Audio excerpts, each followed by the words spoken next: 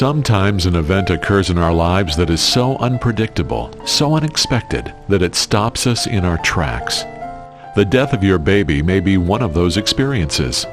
You're facing something you could never have planned, and you're trying to figure out how your life moves on from that one defining moment. You're feeling overwhelmed with an array of emotions. In my world, I just thought you get pregnant and you have a baby, and it's a wonderful occasion. And so it was such a shock that there was just no way, there's no way to describe that moment. Everything inside me just screamed, no, this can't be real, not my child. I didn't know that happened to people in this day and age. I didn't think that was possible. So I still didn't really believe it. In fact, I don't think that we believed it until they held him up. And we held him, but he wasn't coming back. You just kind of don't feel like you belong anywhere. You don't feel like you belong on earth, and you don't belong on heaven, in heaven or anything like that. So you're kind of confused as to, you feel almost like a child, like the simple things are really, really hard to do. Just like getting up and brushing your teeth and brushing your hair. It just doesn't make sense as to, how you can go on like that. There is a lot of things out there, and a lot of people that think that a miscarriage really isn't a loss and just something that happens. And because it happens often, I think it's really minimizes what it is. And miscarriage is a loss. It's a huge loss. It's a loss of your child. It's a loss of a lot of hopes and dreams that you don't have anymore. So it definitely is a huge loss, and it will affect your life forever.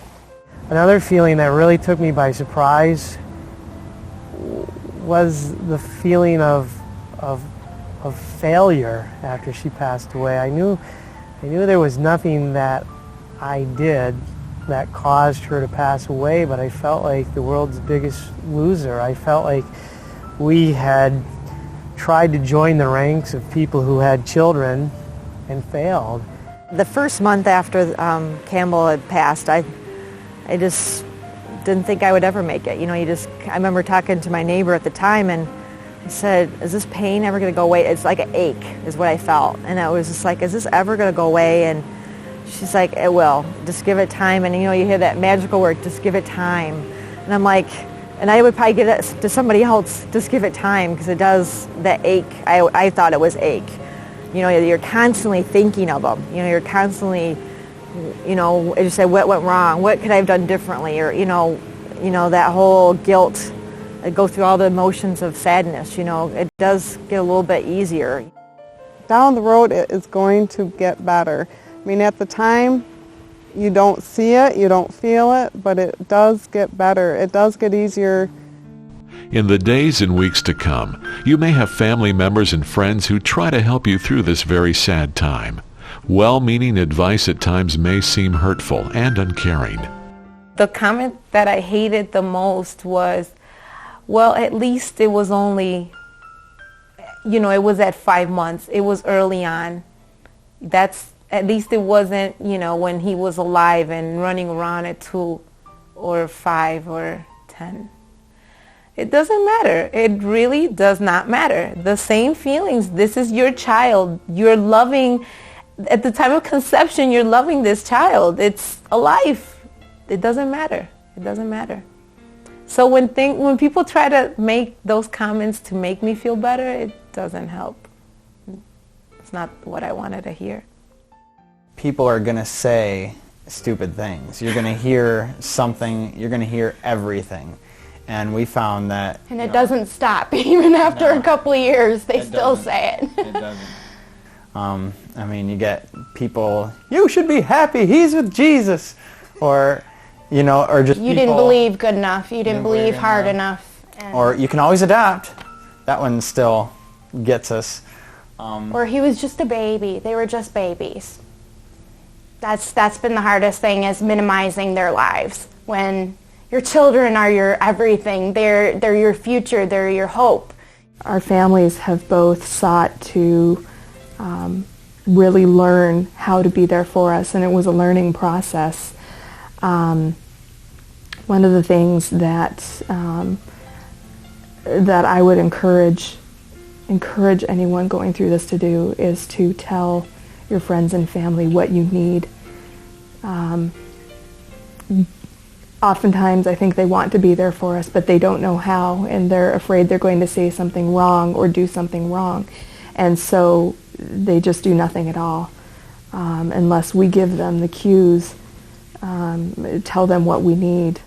I would just say for any family member to help someone through this situation is just listen. If they want to talk, listen. You don't have to say much. Yeah. Just listen and let them, tell you how they're feeling and what they're thinking. So. Yeah. There were times when you wanted people there, and there were times that you didn't. Phone calls were extremely helpful. Meals. We had a couple friends come in and bring meals in, clean, light housekeeping. Just family that understands and not, it was to the point where all I wanted was somebody to listen, and that really helped. Just to not, you don't have to say anything to that person.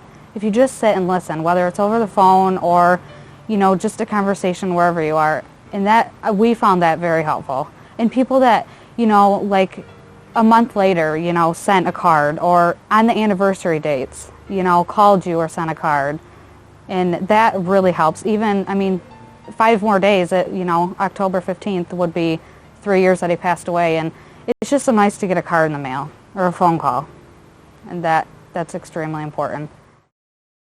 You need to know that as parents, you may grieve in ways that are different from each other. You may be tempted to become isolated from each other, but it's important to stay in regular communication. And I remember that night, I remember it like it was yesterday yet, but Chris was in the lazy boy chair, and I went up to her and I said, that there's a lot of couples that get divorced, and this really comes into their marriage and causes a lot of problems. And that night we made a commitment that no matter what happened, we were going to stay together, and our marriage was going to stay strong. And I honestly believe that our marriage became stronger through all that, through the whole process of the pregnancy and the birth, and when Isaac died. Well, you have to rely on each other in a whole different way.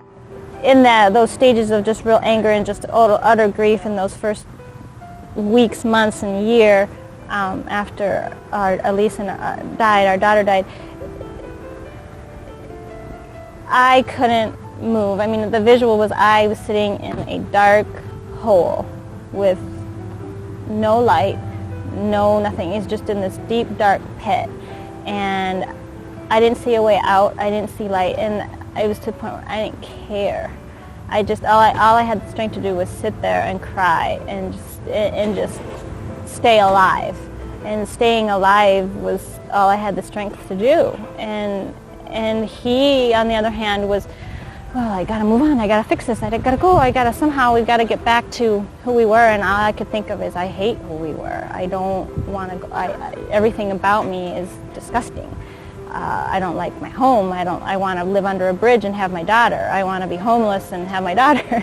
And just sitting in that pit, and then at the same time he's trying as cook to climb out of it. At some point he realizes, I've left this dark, horrible pit, but she's still sitting down there and she doesn't see a way out. And we're on totally different planes, and if I don't go back down in there and sit with her, we will never be on the same plane ever again. We won't. I had to make a conscious effort. At one point in time, I had to make a conscious effort to kind of go back and get my wife. I had realized that I was kind of cementing over the grief process and finding my purpose in other things in life. And my wife was not moving on. She was staying right where she was, and every time I tried to move her on, we'd get in fights and she would cry, and I had to make a conscious effort to go back, sit down next to her, and go through the grief process all over again, and go through the grief process with her, so that I could eventually take her by the hand and move her on. That was a conscious decision because I didn't want to go there. I did everything that I could do to stay away from revisiting all the emotions and revisiting all the experiences that had occurred with Elisa's passing. I mean, a lot of it is that in a situation like this, your relationship can go one of two ways. Either you can essentially work together and build off each other, or take a chance of letting it come between you. And fortunately, we were able to be there for each other.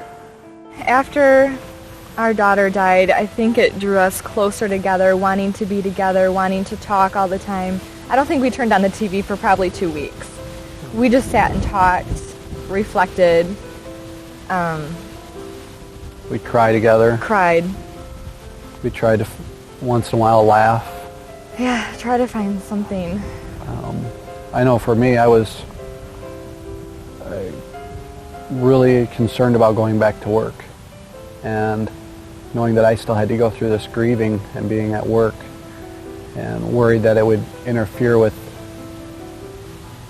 my ability to do my job, and so I was really concerned about that.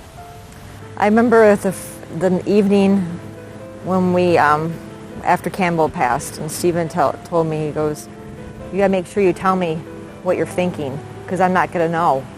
And I just thought that was the best thing he could ever have told me, because it's so true, you know, and as we've gone through support groups and individual counseling, and you know, you are in different playing fields, you know, your emotions are, and you want him to be a rock when you're down, and it's like, and you can't expect that. I think we were at that point where we couldn't rely on each other to lift each other up, because we had dropped to the bottom, at least what we felt to be the bottom.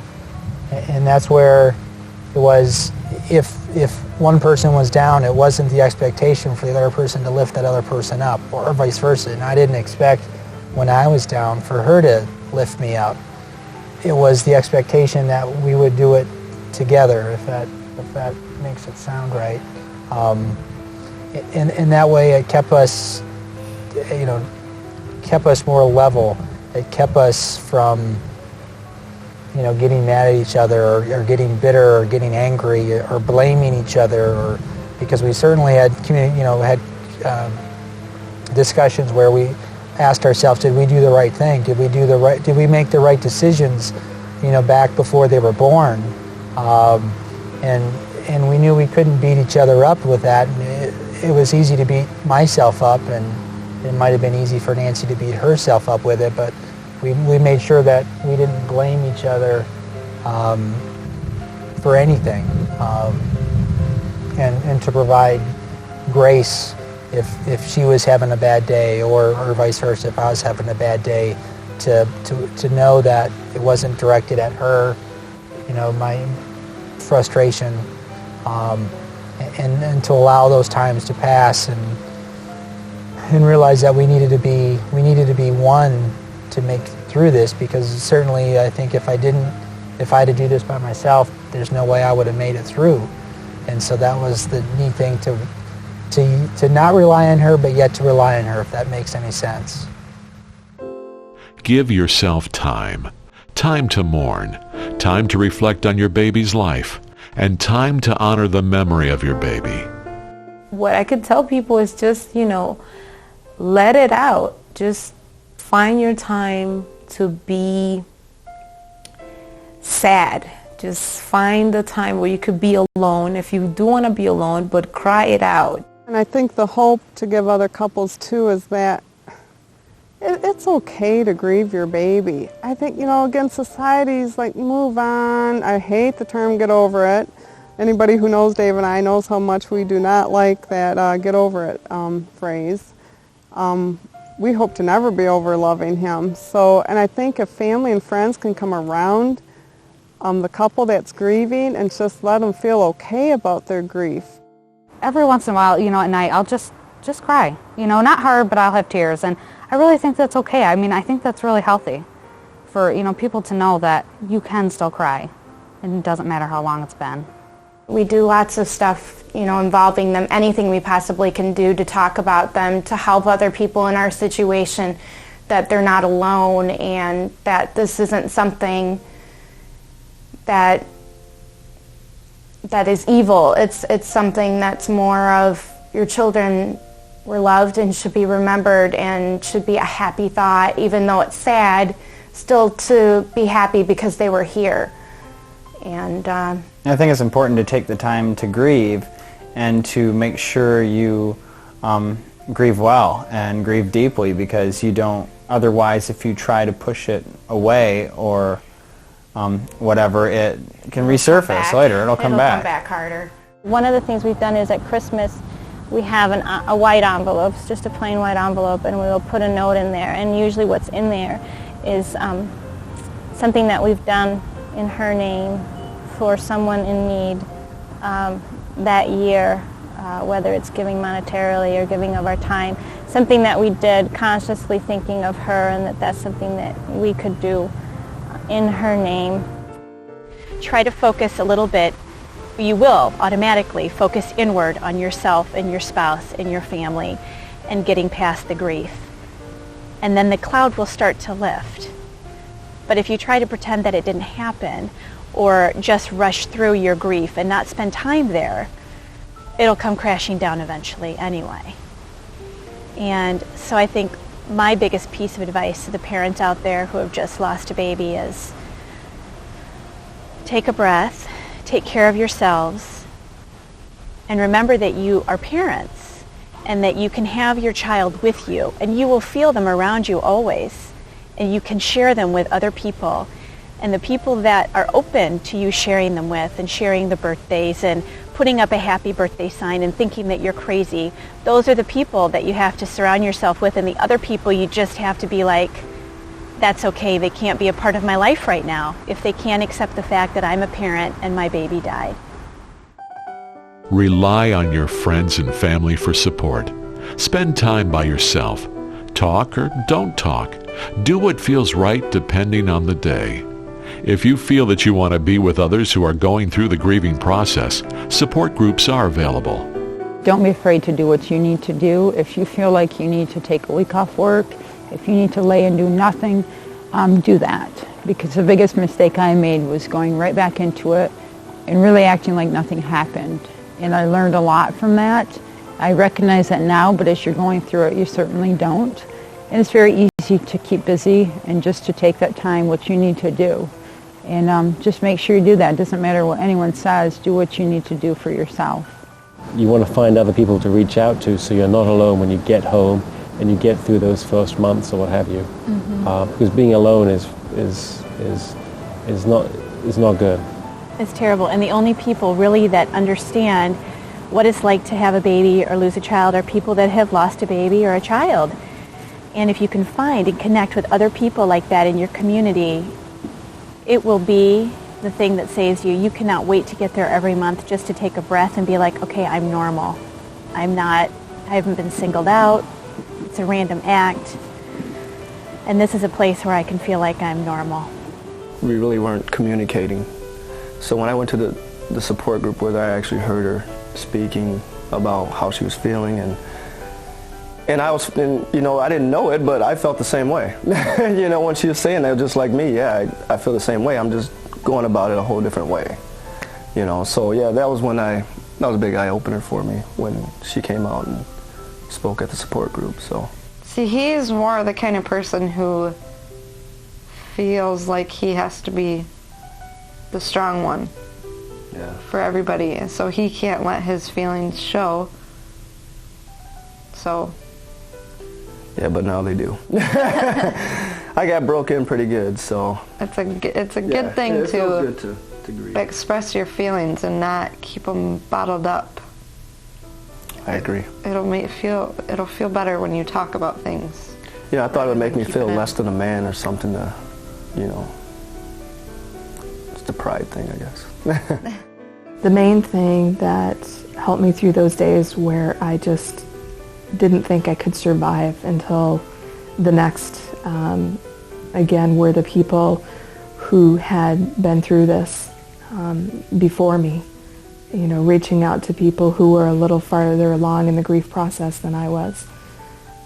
Reaching for that phone and calling someone and saying, I'm not okay.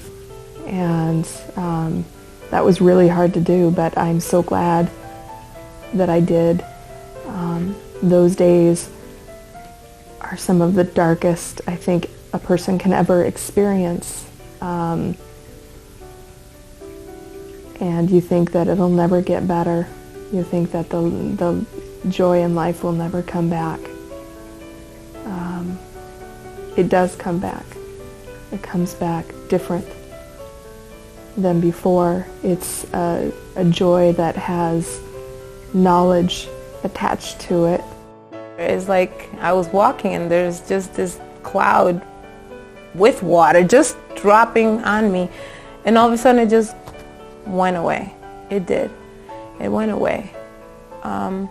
The pain doesn't go away, it comes back, and especially around this time that I remember my son, or I remember the feelings that went into planning him. It comes back, but it does get better. You know, as their kids, I know that they would want us to be happy, that they wouldn't want us just to just disappear even though you feel like it. No one can tell you how long it takes to heal a broken heart. But with time and the compassion of the people in your life, the intensity of the pain will soften and joy will begin to return. When you go through something like this, you kind of break it down hour by hour, then day by day, then week by week, and month by month. And it's amazing how you can work through this in the first year. You can start seeing beyond the days, beyond the months. And, you know, when this first happens, you never think that's going to happen to you. You're never going to make it back to being able to see beyond the next hour, but you can, and it's very helpful to know that. To say, I mean, it's such a cliche to say there isn't a day that goes by that I don't think about them, and that's true, and I think that's will be for any parent who's gone through a loss. And one of the things that, in the pain that Nancy talked about, is the discomfort, and certainly being a year and a half out, the pain is less, but it'll never completely go away, and that's okay. And I think one of the things I try to do to get through that is not to dwell on the negative and dwell on the loss, but to think of the things, the people that we met, the nice things that people said, the beautiful things that people gave to us. Certainly I would rather have my boys back and with me and never gone through this. I mean, I think any parent would trade that in a split second. I think that one of the things that helps me get along every day, though, is how hard he fought and she fought to live. And therefore, I feel I owe it to them that I have to make sure I live out my life to the best I can so that they can somehow live through me and their memory won't die because I'm still here. I think also the thing that's helped us more than anything was our faith. Our faith got us through this. I don't know where I'd be without it. I remember how deep the wound was when he first, when Isaac first died, and you know, just remembering the whole process that we went through, and I remember going through that process. I remember how dark the days were, but 10 years later, they're bright, and it's a sweet memory of Isaac, and you know, I know he's alive. We can sit here today and just let them know that there is hope. There is so much hope.